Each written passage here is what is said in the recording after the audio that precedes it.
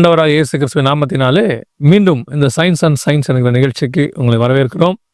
இன்னைக்கும் நம்மளோடு கூட பிரதர் ரூமன் வந்திருக்கிறாங்க. கடந்த 2 எபிசோடாக நாம் சான்ஸ் அப்படிங்கிற காரியங்களை குறித்தெல்லாம் நாம் பார்த்துக்கிட்டே இருக்கிறோம். இன்னைக்கு அதை பேஸ் பண்ணி இன்னொரு மிக முக்கியமான விஷயத்தை பார்க்க போகிறோம். ரொம்ப இன்ட்ரெஸ்டிங்கான ஒரு டாப்பிக்கோட பிரதர் நம்மளோட கூட இன்னைக்கு வந்திருக்கிறாங்க. வாங்க நம்ம அவரோட கூட பார்க்க போகிறோம். அதுக்கு முன்னாடி அவருடைய சேனல் வாய்ஸ் ஆஃப் பைபிள் மறந்துடாதீங்க, அந்த சேனலில் போய் பாருங்கள். இதே காரியங்கள் தெலுங்குலையும் இருக்கு. HLM தெலுங்கு அப்படின்னு நீங்க போட்டீங்கன்னா அங்கேயும் காரியங்கள் வருகிறது. வாங்க பிரதர்கிட்ட நம்ம சந்திப்போம்.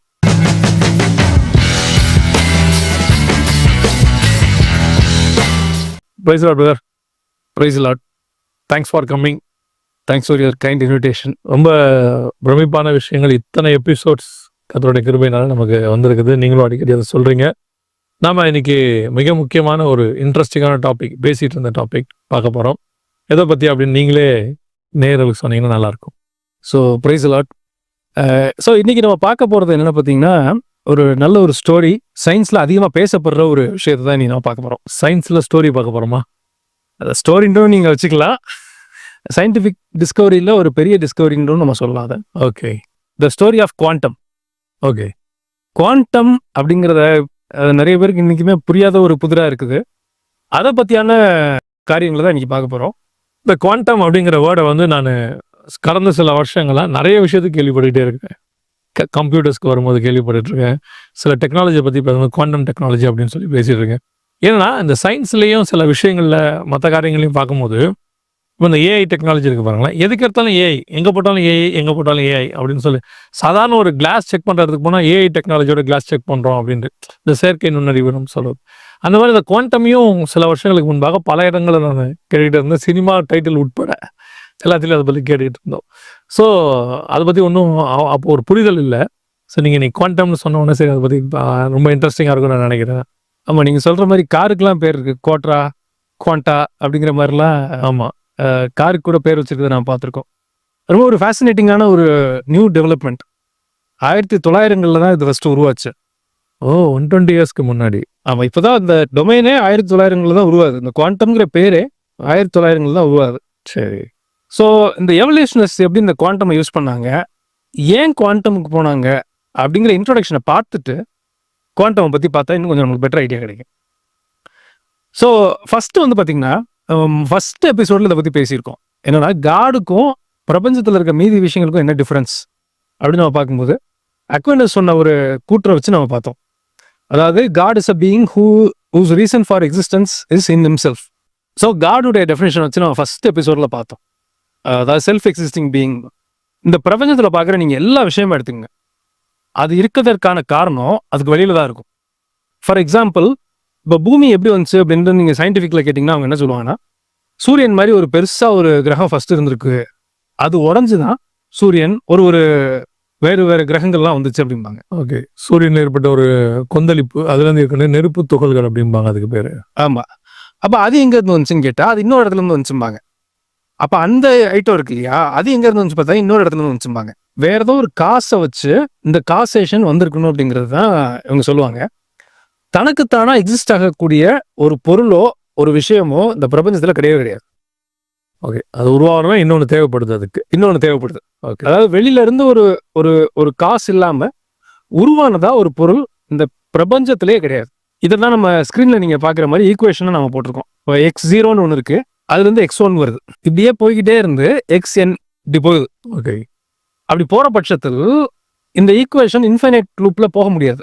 நம்மளுக்கு ரொம்ப ரொம்ப ரேஷனலா தெரிஞ்ச விஷயம், இன்ஃபினிட்டியா இட்டர்னலா செல்ஃபா எக்ஸிஸ்ட் ஆகக்கூடிய பொருள் இந்த பிரபஞ்சத்துல ஒன்று கிடையவே கிடையாது.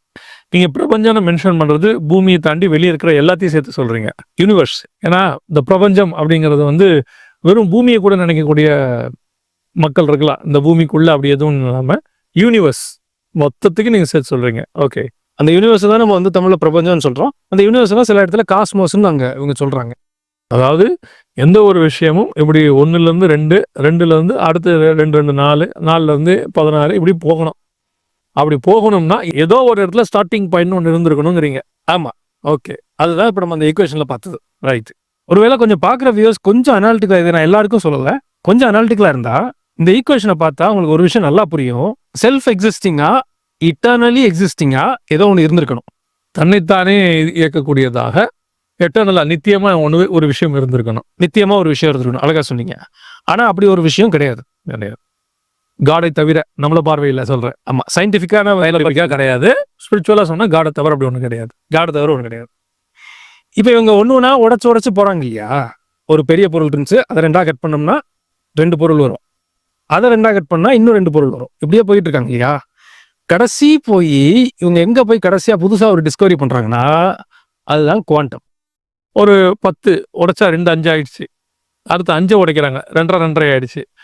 அடுத்து 2 உடைக்கிறாங்க, 1.25 ஆயிடுச்சு. என் புரிதல் ஈஸியா எல்லாருக்கும் புரியுதுக்காக சொல்றேன். இப்படி உடைச்சு போகும்போது பாயிண்ட்ல ஏதோ ஒரு சின்ன டாட்ல வந்து நிக்குது. அழகா நீங்க சொன்னீங்க. ஒரு எல்லாருக்கும் புரியுற மாதிரி ஒரு அழகான எக்ஸ்பிளனேஷன் சொன்னீங்க. அந்த மாதிரி உடைச்சு ரொம்ப மாலிகுல்ஸ் லெவல் ஆர் பார்ட்டிகிள் லெவல்ல இருக்கிற எனர்ஜியை தான் இவங்க குவாண்டம்னு சொல்றாங்க. ஓகே, அதுக்கு மேல அதை நீங்க உடைக்கவே முடியாது. அதான் லாஸ்ட். ஓகே, அதான் லாஸ்ட் ஆஃப் ரொம்ப இன்டிவிசிபிள் எனர்ஜியா இருக்கிறது தான் குவாண்டம்ங்கிறது. ஸோ இது உடைச்சு கடைசி டாட் ஆயிடுச்சு, ஒரு சின்ன புள்ளியா மாறிடுச்சு. அதான சொல்ல வரீங்க? எக்ஸாக்டா நீங்க சொன்னீங்க. ஸோ அதுக்கு மேல டிவைடே பண்ண முடியாத அளவுக்கு ஒரு எனர்ஜி இருக்குன்னா, ஒரு பார்ட்டிகிள்ல ஒரு எனர்ஜி இருக்குன்னா அதுதான் இவங்க குவாண்டம்னு சொல்றாங்க. ஸோ இந்த இடத்துல அவங்களுக்கும் அந்த சந்தேகம் வரும், எனக்கு அந்த சந்தேகம் இருக்கு. அதை நான் கேட்டுறேன். இப்போ அணு அளவு நம்ம சொல்றோம் இல்லையா? ஸோ ஆனால் அணுக்கும் இதுக்கும் என்ன டிஃபரன்ஸ் நீங்க சொல்லிடுங்க. அதாவது 2 விஷயமா சொல்லலாம். இந்த குவாண்டம் பிசிக்ஸை பொறுத்தளவுக்கு குவாண்டம் பிசிக்ஸும் பார்ட்டிகிள் பிசிக்ஸும் ரொம்ப இன்டர் கனெக்டட். ஓகே, பார்ட்டிகிள் லெவலில் நீங்கள் அணுன்னு சொல்றீங்க இல்லையா? அதான் பார்ட்டிகிள் பிசிக்ஸ்னு சொல்றோம் நம்ம.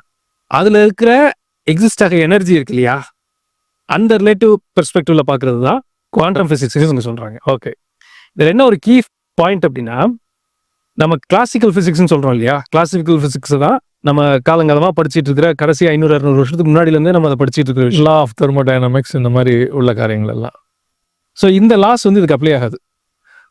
ஓகே, கிளாசிக்கல் ஃபிசிக்ஸோடைய லா வந்து குவாண்டம் ஃபிசிக்ஸ்க்கு அப்ளை ஆகாது. ஓகே, அந்த லாஸ் வச்சு நீங்கள் கால்குலேஷன் போட்டிங்கன்னா அது வந்து அது பிஹேவியரும் இது பிஹேவியரும் என்டையர்லி டிஃப்ரெண்ட்டாக இருக்கும். ஓகே, இதுக்கு வேறன்னு வச்சுக்கோமே. இது கண்ணுக்கு தெரியாதது உள்ளதான இந்த ஃபிசிக்ஸுக்கும் கண்ணுக்கு தெரிஞ்ச அந்த ஃபிசிக்ஸோட லாவை யூஸ் பண்ண முடியாது. ஓகே, அதாவது நம்ம சொல்ற மாதிரி பாடிக்கு உள்ளதையும் ஸ்பிரிட்டுக்கு உள்ளதையும் நம்ம கனெக்ட் பண்ண முடியாதுன்ற மாதிரி அழகா சொன்னீங்க. ஓகே, இப்போ இதில் என்னன்னா அடுத்த கொஸ்டின் வரும். பார்ட்டிகல் லெவல் வரைக்கும் வந்துட்டீங்க, அது அப்போ இட்டர்னலாக இருந்துச்சா? அது எங்க இருந்து வந்துச்சு? ஏன்னா இதை நம்ம பிரிச்சு ஒன்று வந்து இன்னொரு தொடர்புடையதாக இருக்கிற இந்த லூப் வந்து இப்படியே போயிட்டு இருக்கு. கடைசியில தான் இப்போ நம்ம குவாண்டம் லெவலுக்கு வந்திருக்கோம். அதுக்கு மேலே உடைக்க முடியாத இடத்துக்கு வந்து நின்றுட்டோம். அதான் குவாண்டம். ஒரு வேலைக்கு அப்புறம் வந்தாலும் வருவாங்க 100 வருஷம் கழிச்சு. இன்னொன்று இன்னைக்கு லெவலில் குவாண்டம் வந்து நிற்கிறாங்க. குவாண்டம் லெவலில் இருக்கிற பார்ட்டிகல்ஸ் எங்க இருந்து வந்துச்சு? குவாண்டம் லெவலில் இப்போ ஒர்க் பண்ணி கம்ப்யூட்டர்லாம் அதை வச்சு பண்றாங்க. குவாண்டம் கம்ப்யூட்டர்ஸ்னு சொல்றாங்க. ரொம்ப அட்வான்ஸ்டு. நம்ம டிஜிட்டல் கம்ப்யூட்டர்ஸோட பல 1000 மடங்கு கோடிக்கணக்கான லெவலுக்கு அட்வான்ஸ் சிஸ்டம்லாம் சொல்றாங்க. அந்த அளவுல அட்வான்ஸ்மெண்ட் இருக்கு, இல்லைன்னு நான் சொல்லலை. குவாண்டம் மெட்டீரியல்ஸோ இல்லாட்டி குவாண்டம் எனர்ஜி எங்க இருந்து வந்துச்சு? அதோட சோர்ஸ் எங்க? அதோட ஆரம்ப புள்ளி எங்க இருக்கு கேட்குறோம். நம்ம உருவாக்கத்தினுடைய ஆரம்ப புள்ளி எங்க? அதுக்கெல்லாம் இப்போ நம்மளுக்கு ஆன்சரே கிடையாது. ஓகே, இதில் என்ன ஒரு கீ டிஸ்டிங்ஷன் பாயிண்ட் சொல்ல வரேன் அப்படின்னா, பார்ட்டிகல் பிசிக்ஸ்லேயே அன்சால்வ்டு மிஸ்ட்ரிஸ் நிறைய இருக்கு. இன்னும் நம்ம கண்டுபிடிக்கக்கூடிய நிறைய விஷயங்கள் இருக்கு. இன்னும் இப்படி சொல்லலாம், இன்னும் அதில் நம்ம கண்டுபிடிக்காத தெரியாத விஷயங்கள் இன்னும் நிறைய இருக்கு கிளாசிக்கல் பிசிக்ஸ்லேயே. ஆமாம், கிளாசிக்கல் பிசிக்ஸ் நம்ம கண்ணுக்கு தெரியுற பிசிக்ஸ். அதுலேயே நம்ம இன்னும் கண்டுபிடிக்க வேண்டியது நிறைய இருக்கு. குவாண்டம்ல இப்போதான் கடைசி ஒரு 100 வருஷமா தான் நம்ம ஆரம்பிச்சு ஒர்க்கே பண்ணிட்டு இருக்கோம். குவாண்டம்ல இப்போ நம்ம கேட்டோம் இல்லையா, அது எங்க இருந்து வந்துச்சு அப்படிங்கிறதுக்கெல்லாம் இன்னுமே ஒரு ரீசனபிளான ஆன்சரோ எதுவுமே கிடையாது.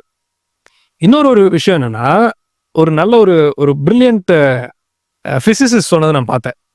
இவர் யார் அப்படின்னா ராமமூர்த்தி சங்கர் அப்படின்ட்டு, நம்ம ஐஐடியில் எம்டெக் 1970s முடிச்சுட்டு யூஎஸ்ல இருக்க ஒரு யூனிவர்சிட்டியில குவாண்டம் பிசிக்ஸோட ஹெட்டா இருக்காரு. இவர் எழுதின புக்ஸை தான் அங்கே ஃபாலோ பண்றாங்க. அவ்வளோ பெரிய ஆத்தர். அவர் என்ன சொல்றாருன்னு நீங்க பாருங்களேன் இந்த வீடியோல. Because today we're going to start quantum mechanics and that's all we'll do till the end of the term. Now I got bad news and good news. The bad news is that it's a subject that's kind of hard to follow intuitively. And the good news is that nobody can follow it intuitively. Richard Feynman, one of the big figures in physics, used to say no one understands quantum mechanics. So in some sense the pressure is off for you guys because I don't get it and you don't get it and Feynman doesn't get it. The point is, here's my goal. Right now, I am the only one who doesn't understand quantum mechanics. In about 7 days, all of you will be unable to understand quantum mechanics. Then you can go back and spread your ignorance everywhere else. அவர் என்ன சொல்றாருன்னா, குவாண்டமை பத்தி முழுசா இன்னைக்கு ஒரு decent level கூட நம்ம யாருக்குமே தெரியாது. அவங்கவுங்க இஷ்டத்துக்கு என்னென்னலாம் இக்னோரண்டா தெரியுதோ அதெல்லாத்தையும் சொல்லுவாங்க. கடவுளை பற்றி நம்ம ஆட்கள் ஒரு காலத்தில் பேசுன மாதிரி அவங்க, அதாவது நம்ம ஊரில் ஒரு காரியம் சொல்லுவாங்க. அதாவது ஒரு யானையை 4 குள்ளர்கள் 4 பக்கமாக தடவி பார்த்துட்டு ஆளுக்கு ஒன்று சொன்னானா, செவுரு மாதிரி இருக்குடா, கயிறு மாதிரி இருக்குடான்னு வாழை பார்த்துட்டு ஒருத்தன் அதையாவது தடவி பார்த்துட்டு சொன்னாங்க. இவங்க பார்க்காமையே சொல்கிறாங்க குவாண்டம் ஃபிசிக்ஸ் பற்றி. ஆமா, குவாண்டம்ல ஒரு அதாவது இப்ப இவங்க எல்லாமே அசம்ஷன்ல சொல்றாங்கன்னு நம்ம சொல்ல முடியாது. ஏன்னா அவங்க சில பேர் ஆரம்பிச்சிருவாங்க, குவாண்டம்ல நாங்க இவ்வளவு கண்டுபிடிச்சிருக்கோம், என்ன நீங்க மாத்தி சொல்றீங்களா? அதை நான் சொல்ல. குவாண்டம் எப்படி உருவாச்சு, சோர்ஸ் அதனுடைய முழுமையோ டீசென்ட் லெவல் கூட இன்னைக்கு வரைக்குமே தெரியாது. ரொம்ப ஒரு அமேசிங் ஃபேக்ட் சொல்லணும்னா, 2022 நாசால ஒரு ரிசர்ச் போயிட்டு இருந்தது. E=mc² ஒரு ஃபேமஸ் ஈக்குவேஷன், ஐன்ஸ்டோட ஈக்குவேஷன், அது ஒரு குவாண்டம் லெவல் ஈக்குவேஷன். அது கிளாசிக்கல் பிசிக்ஸ் ஈக்குவேஷன் கிடையாது, அது குவாண்டம் பிசிக்ஸ் ரிலேட்டடான பார்ட்டிகல் லெவலில் இருக்க ஈக்குவேஷன். அதில் அவங்க இப்போ என்ன சொல்றாங்கன்னா, லைட்டுக்கும் மாஸ் நிறைக்கும் இதனுடைய ஒப்புமையை குறிக்கிறதான ஒரு ஈக்குவேஷன். அந்த ஈக்குவேஷன் படி நம்ம கண்ணுக்கு தெரியாத நிறைய இருக்க பொருள் இருக்கு இல்லையா, மாஸ், அது லைட்ல தான் இருந்து உருவாயிருக்கணும் அப்படின்னு இப்போ ரிசர்ச் போயிட்டு இருக்கு. Price card. ஓகே, எப்படி லைட்ல இருந்து நிறை உருவாகும் உங்களுக்கு தெரியல, ஆனா அந்த ஈக்குவேஷன் படி அப்படிதான் நடந்திருக்கணும் இப்போ பண்ணிட்டு இருக்காங்க. லைட்ல இருந்து தான் அந்த குவாண்டம் ஃபிசிக்ஸில் கண்ணுக்கு தெரியாத சொல்லக்கூடிய அந்த மாஸ், அந்த நிறைங்கிறது உருவாகியிருக்கலாம் அப்படின்னு இப்போ ரிசர்ச் போயிட்டு இருக்கு. எதுக்கு இதை சொல்றேன்னா, அவ்வளோ பெரிய வாஸ்ட் ஃபீல்டு, அதுவும் நம்ம கண்ணுக்கு தெரியாத விஷயம். அவ்வளோ பெரிய விஷயத்துல இப்போ வரைக்கும் நம்மளுக்கு ஓரளவுக்கு டீசென்ட் அண்டர்ஸ்டாண்டிங் வந்துருச்சான்னு கேட்டா வரவே இல்லை. இப்போ நீங்க ஒருவேளை இப்போ யோசிப்பாங்க, இது எதுக்கு குவாண்டம் பத்தி பேசுறோம் அப்படின்னு இப்போ ஒரு சில பேர் கேட்கறதுக்கு ஒரு சான்ஸ் இருக்கு. குவாண்டம் பத்தி எதுக்கு பேசுறோம்னா, இந்த எவல்யூஷனிஸ்ட் நிறைய கதையெல்லாம் சொல்லி பார்த்தாங்க, எதுவும் செட் ஆகல. எந்த நாள் தான் ஒரு பொய்யை திருப்பி சொல்றது, ஒரே கதை எவ்வளோ நாள் சொன்னா எவ்வளோ நாள் சொன்னது நம்பணும்ல. இவங்க எல்லாம் போய் தஞ்சை அடைஞ்சாங்க ஒரு காலத்துல, கடைசி ஒரு 20-30 வருஷத்துக்கு முன்னாடி. அவங்க போய் தஞ்சை அடைஞ்ச இடத்துக்கு பேர் தான் குவாண்டம் மெக்கானிக்ஸ். சரி, கிளாசிக்கல் ஃபிசிக்ஸ் எல்லாம் தாண்டி இப்போ அவங்க குவாண்டம் ஃபிசிக்ஸில் போய் மெக்கானிக்ஸில் போய் தஞ்சை அடைஞ்சிட்டாங்க. இதுல என்ன பெரிய அட்வான்டேஜ் உங்களுக்குன்னா, அதை பத்தி ஒருத்தருக்குமே முழுசா தெரியாது, ஆர் டீசென்ட் லெவல் கூட தெரியாது. அப்போ இவங்க சொல்றது தான் தியரி, இவங்க சொல்றது தான் கதை. ஓகே, இதுல என்ன அடுத்த பிரச்சனைனா, குவாண்டம்ங்கிறது ஃபவுண்டேஷன். அதுக்கப்புறம் 1920 தான் குவாண்டம் மெக்கானிக்ஸ்ங்கிற ஒரு ஃபீல்டு உருவாது. அதுலேயே கொஞ்சம் அட்வான்ஸ்ட். அதுல பல விஷயத்த சேர்த்தாங்க. குவாண்டம் தியரிஸ் நிறைய இருக்கு. குவாண்டம் அல்ஜிப்ரான்னு ஒன்று சொல்லுவாங்க, குவாண்டம் காஸ்மாலஜிம்பாங்க, அதுக்கடுத்து குவாண்டம் கிராவிட்டின்னு சொல்லுவாங்க. இதெல்லாம் ஒருங்கிணைக்கிறதுக்கு தியரி ஆஃப் எவ்ரி திங் சொல்லுவாங்க. இதெல்லாம் போயிட்டு இருக்கு ஒரு கதை. இதுல என்ன ஒரு பெரிய விஷயம்னா, குவாண்டம் கிராவிட்டி படிச்சவங்களுக்கு அடுத்ததை பத்தி எந்த அளவுக்கு அண்டர்ஸ்டாண்டிங் இருக்குன்னு தெரியாது. குவாண்டம் காஸ்மாலஜில படிச்சவங்களுக்கு இன்னொரு ஏதாவது ஒரு குவாண்டம் டைனமிக்ஸ் ஏதாவது ஒரு புது ஃபீல்டு இருக்குன்னா அதை பத்தி ஐடியா இருக்காது. இவங்க சொல்றது தான் ஸ்டோரி. அது பீடியாட்ரிஷன் இருக்கார்ல, அவர் நியூரோவை பற்றி பேசினா நியூராலஜின்னு சொல்லுவோம், நரம்பியல் பற்றி. அவருக்காக அதை பற்றி ஓரளவுக்கு தெரியும். அதை வச்சுக்கிட்டு அவர் சொல்லுவார். சில நேரத்தில் எதுவுமே தெரியாதவர்கிட்ட லேப் அசிஸ்டன்ட் இருப்பார், இல்லை ஃபார்மசிஸ்ட் இருப்பார். இவர் அதுக்கு ஒரு கதை ஒன்று சொல்லுவார்ல, அதனால் இது நடந்திருக்கு, இதெல்லாம் நடந்துட்டு, இதை நம்புற ஒரு கூட்டம் இருக்கும்ல, நம்பி மாத்திரை வாங்கி போடுற ஒரு கூட்டம் இருக்கும்ல. இந்த மாதிரி தான் யாருக்குமே எதுவுமே தெரியாது. அவங்கவுங்களுக்கு ஒரு ஃபீல்டை வச்சுக்கிட்டு அந்தந்த ஃபீல்டில் அவங்க சொல்லிட்டு இருக்கிறாங்க. ஆனால் இதுக்கு முன்னாடி அவங்களுக்கு அதை பற்றின எந்த அறிவுமே இருக்க வாய்ப்பு இல்லை. எந்த அறிவுமேன்னு சொல்றதை விட அதில் பற்றியான டெப்த் யாருக்குமே தெரியாது. ஓகே, இதுதான் இந்த ஃபேமஸ் குவாண்டம் பிசிசிஸ்ட் ராமூர்த்தி சொல்றாரு, they can spread their own ignorance. நான் இவ்வளோ நாள் குவாண்டம் படிச்சிருக்கேன், எனக்கும் அதோட முழுமை தெரியாது. எனக்கு கீழே இருக்கிற ஸ்டூடெண்ட்ஸ் அவனுக்கும் முழுசா தெரியாது. இருக்கிறவங்க ஒவ்வொருத்தரும் ஒரு வெர்ஷன் ஆஃப் ஸ்டோரியை கிரியேட் பண்ணி நீங்க பேசலாம். இதை போய் நீங்க எங்க செக் பண்ணுவீங்க? யார்கிட்ட போய் செக் கொடுக்கறது? யாரும் இல்லை. ஓகே, செக் பண்ணி சொல்றதுக்கும் ஆள் கிடையாது. இவங்க எல்லாம் கம்ஃபர்டபுளா போய் தஞ்சம் அடைஞ்ச இடம் குவாண்டம் மெக்கானிக்ஸ். அங்க இருந்துட்டு நம்ம எதை சொன்னாலும் இப்போ சொல்லலாம். ஏன்னா நீங்க சொல்றது தப்புன்னு சொல்றதுக்கு அங்கே ஆள் கிடையாது. ஆமா, கரெக்டாக செக் பண்ணி பார்க்கறதுக்கும் வழி கிடையாது, அதுக்கும் கிடையாது. இப்போ நான் என்ன சொல்றேன்னா அதுதான் அங்கே. இதுல என்ன அடுத்த கூத்து என்ன நடக்கும்னா, பயாலஜிஸ்ட் குவாண்டம்ல இருந்து ஒரு கதையை சொல்லுவார். பாத்தீங்களா, செல்லு இந்த குவாண்டம் லெவல்ல இருந்தா உருவாயிருச்சும்பாரு. ஓகே, அதை படிச்சவனுக்கு இது தெரியாது, பயாலஜி பயாலஜி தெரியாது. இது ரெண்டுக்கும் சம்மந்தமே இல்லாமல் இன்னொருத்தன் வருவான், மேத்தமெட்டிஷியன். அன்னைக்கே சொன்னேன்ல, என் மேத்தமெட்டிக்ஸ் தான் இதெல்லாம் கனெக்ட் ஆகுது பார்த்தீங்களா அப்படின்னு அவன் சொல்லுவான். அது இவங்க 2 பேருக்கும் புரியாது. சரி, இந்த லூப் இப்படியே போய்கிட்டு இருக்கும். Each one can speak their own perspectives with regards to quantum. இது நான் சொல்லலை, இவ்வளோ பெரிய ஒரு சயின்டிஸ்ட் சொல்கிறத நான் சொல்கிறேன். எனக்கு ஒரு விஷயம் என்ன தோணுது அப்படின்னா, ஒருத்தருக்கு புரிய வைக்கிறதுக்காக ஆளாளுக்கு சேர்ந்து ஒரு விஷயத்த சொல்றதுன்னு ஒன்று இருக்கு. ஒருத்தர் சொல்லுவார், இல்லப்பா இது இன்னும் கொஞ்சம் சொன்னா ஈஸியா புரியும், இப்படி சொன்னா. ஒருத்தனுக்கு புரியவே கூடாதுன்றதுக்காக இத்தனை பேர் சேர்ந்து வேலை பார்க்கறதுன்றது எவ்வளவு பெரிய விஷயம். அதுதான் இவங்களோட ஃபவுண்டேஷனே. இங்கிலீஷ்ல ஒரு கோட் இருக்கு, if clarity is risky complexity is safe. Okay, ஒரு விஷயத்த சொல்றது தெரியலன்னு வச்சுங்களேன், கிளாரிட்டி கொடுக்கறது ரிஸ்கான விஷயம் அப்படின்னா அதை காம்ப்ளெக்ஸ் ஆக்கி விட்டுருணும், குழப்பி விட்டுறணும். அந்த நம்ம பசங்க கேரம் போர்டு விடும்போது ஜெயிக்க மாட்டோம்னு தெரிஞ்சிச்சுன்னா ஆட்டத்தை கழிச்சு விட்டுருவாங்க. சூப்பரா சொன்னீங்க. அதுதான் இவங்க ப்ளே பண்ற இப்போ லாஸ்ட் ஒரு 20-30 இயர்ஸ்ல இவங்க ப்ளே பண்ற ஒரு விஷயம் பார்த்தீங்கன்னா, if clarity is risky complexity is safe. அந்த காம்ப்ளெக்ஸை புரிஞ்சுக்கிற அளவுக்கு நம்மளுக்கு ஐடியாவும் இது வரைக்கும் கிடையாது, அப்படி ஒரு ஆளும் அந்த ஒரு டெப்தான ஒரு அண்டர்ஸ்டாண்டிங் இது வரைக்குமே யாருக்கும் கிடையாது. நீங்க சொன்ன மாதிரி ஒரு 600 அப்படில இருந்து அந்த காலகட்டத்தில் வந்து இந்த ஒரு 1400 வருஷம் 1500 வருஷமாக கிளாசிக்கல் ஃபிசிக்ஸையே இவ்வளோ பண்ணியே அவங்களால வந்து இன்னும் பரிணாம வளர்ச்சி கொள்கை சரிதாங்கிறத ப்ரூவ் பண்ண முடியாமல் ஆல்மோஸ்ட் அவங்க ஃபெயிலியர் ஆகிட்டாங்க.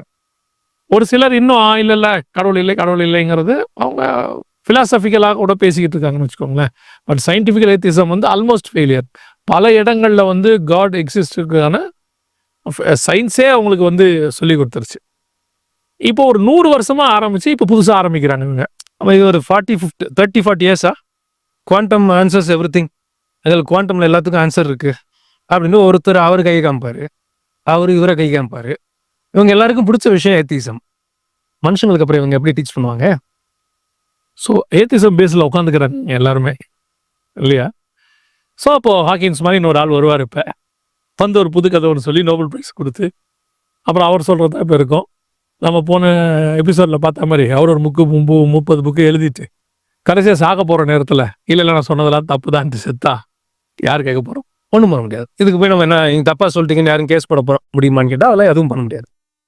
இதுதான் இன்னைக்கு இருக்க சூழ்நிலை. இதை பார்க்கும்போது எனக்கு ஒரு கதை ஞாபகம் வருது. நீங்களும் அதை சின்ன பிள்ளையில படிச்சிருப்பீங்க. ஒரு ராஜா வந்து இருப்பாரு, அவருக்கு ட்ரெஸ்ஸிங்கிறது ரொம்ப ரொம்ப பிடிச்ச விஷயம். அது ஒரு 2 பேர் நல்ல ஒரு 2 ஃப்ராடு பார்ப்பாங்க.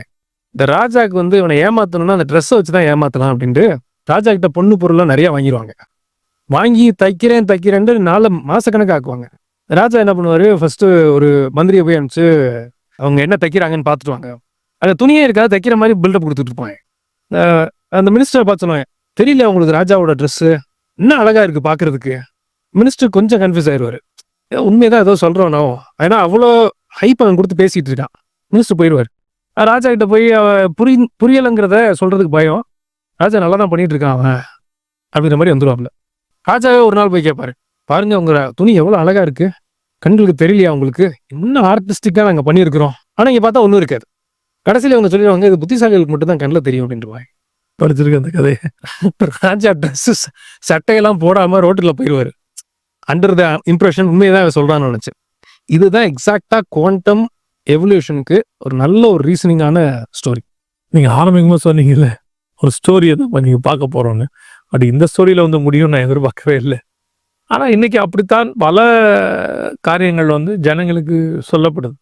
நானுமே ஒரு 30 இயர்ஸா மீடியாவை கவனிச்சுட்டே வரும்போது ஒரு 10 வருஷத்துக்கு முன்னாடி அவங்க எதை சொன்னாங்களோ சரின்னு சொன்னாங்களோ அதையே 10 வருஷம் கழிச்சு அதே மீடியால இல்லைன்னு வருது. அன்னைக்கும் சயின்டிஸ்ட் சொன்னாருன்னு தான் சொல்றாங்க, இன்னைக்கும் சயின்டிஸ்ட் சொன்னாருன்னு தான் சொல்றாங்க.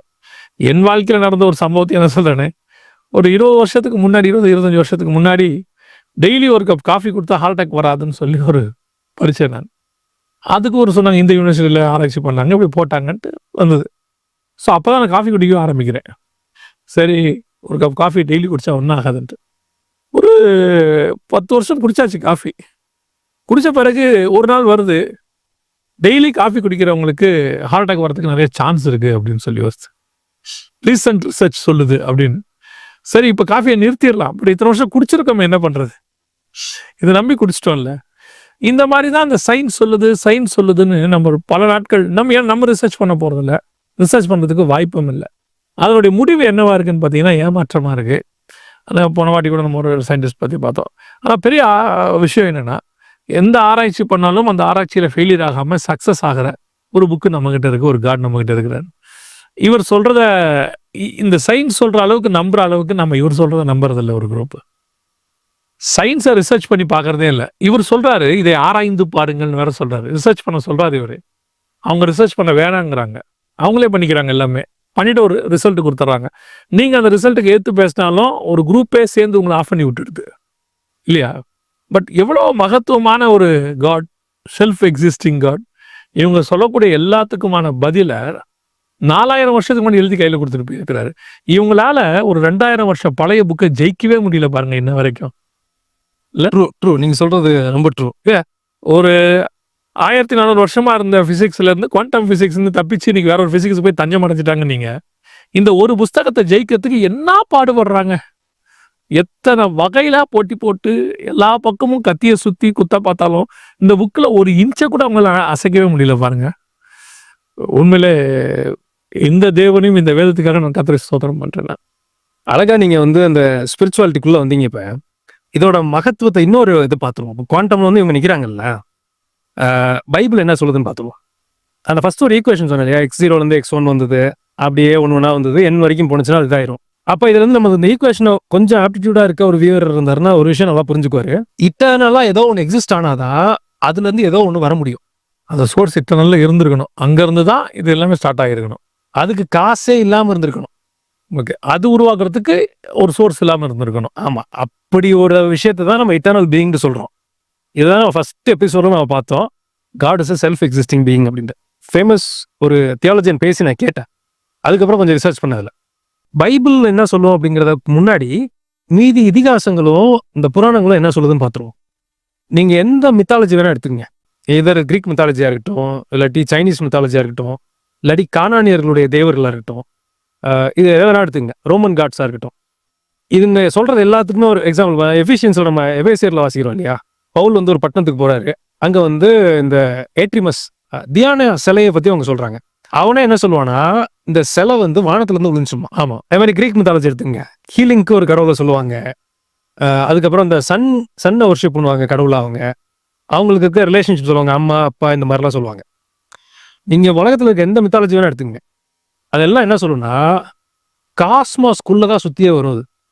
ஆமா, அரேபியன் மித்தாலஜில கூட வானத்துலன்னு ஒரு விழுந்ததாக ஒரு மித்தாலஜி இருக்கு, மித்தாலஜி இருக்குல்ல. இது எல்லாமே பாத்தீங்கன்னா அவர் சொல்றாரு, every things a product of the cosmos. அதனாலதான் காஸ்மிக் எனர்ஜி, அங்கிருந்து சக்தி ஃப்ளோ ஆகுது. எல்லாமே பிரபஞ்சத்தை அடிப்படையை கொண்டதாக தான் இருக்கிறது. அது கடவுளாக இருந்தாலும் சரி, அல்லது சக்தியாக இருந்தாலும் சரி, எல்லாம் இந்த பிரபஞ்சத்திலிருந்து உருவாகிறதுன்னு சொல்றாங்க. பிரபஞ்சத்திலிருந்து உருவாகுது. இந்த பைபிள் என்ன சொல்லுன்னா, the God of the Bible creates the universe. பிரபஞ்சத்துக்கு வெளியிருந்து பிரபஞ்சத்தை உண்டாக்கினவர்னு சொல்லுது. ஆமா, அவர் தான் ஃபர்ஸ்ட். அந்த பைபிள் மட்டும்தான் இந்த உலகத்திலேயே இந்த பப்ளிக்கல் வேல்யூ மட்டும்தான் சொல்லுவோம், காட் யூனிவர்ஸை கிரியேட் பண்ணாரு. அதுதான் நம்ம லாஸ்ட் 2-3 எபிசோட் அடியும் பார்த்தோம். ஃபர்ஸ்ட் ஃபியூ எபிசோட்ஸ்ல பார்த்தோம். ஸ்பேஸை உருவாக்குனாரு, அருமையான எபிசோட் அது. டைமை உருவாக்குனாரு, அஃப்கோர்ஸ் மேட்டர் உருவாக்குனாருங்கிறது எல்லாருக்கும் கண்ணுக்கு தெரியுற விஷயம்.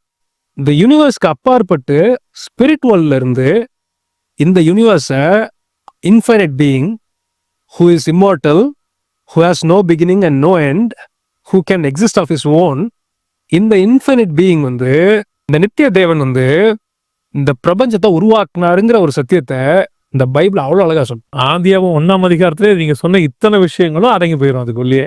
ஒரு சாப்டர் எல்லாத்தையும் முடிச்சிருவாரு. யூனிவர்ஸ்க்கு வெளியே இருந்துதான் அதை உண்டாக்கி இருக்க முடியும் அப்படின்னு. ஆதியிலே தேவன் யார் உண்டாக்கினா, அனாதி தேவன், எட்டர்னல் காட். அனாதி தேவன் ஆதியிலே டைமை உண்டாக்குறார், வானத்தை ஸ்பேஸ் பூமி மேட்டர் உண்டாக்கினார் என்று சொல்லி பார்க்கிறோம் இல்லையா. அன்பிலியபிள். அந்த அதுக்குள்ளேயே எல்லாமே முடிஞ்சிருது இல்ல. செல்ஃப் எக்ஸிஸ்டிங் காட், ஆரம்பம் முடிவும் இல்லாதவர், இவை எல்லாவற்றையும் சிருஷ்டித்தார்னு சொல்லி பார்க்கணும் பிரபஞ்சத்துக்கு வெளியே இருந்து. இந்த ஈக்குவேஷன் நம்ம பார்த்தோம் இல்லையா, இதுல அப்ளை பத்தி பாத்தீங்கன்னா 100% ரேஷனலா இருக்கு. இந்த ஈக்குவேஷனுக்கும் இவருக்கும் மட்டும்தான் பொருந்தும், இவருக்கு மட்டும்தான் பொருந்தும், வேற யாருக்குமே பொருந்தாது. யாருக்குமே விருந்தாது. இவங்க அதை கண்டுபிடிச்சு வச்சுக்கிட்டு இப்போ இவங்க அதுக்கு பொருந்துற ஆளை தேடிக்கிட்டு இருக்காங்க.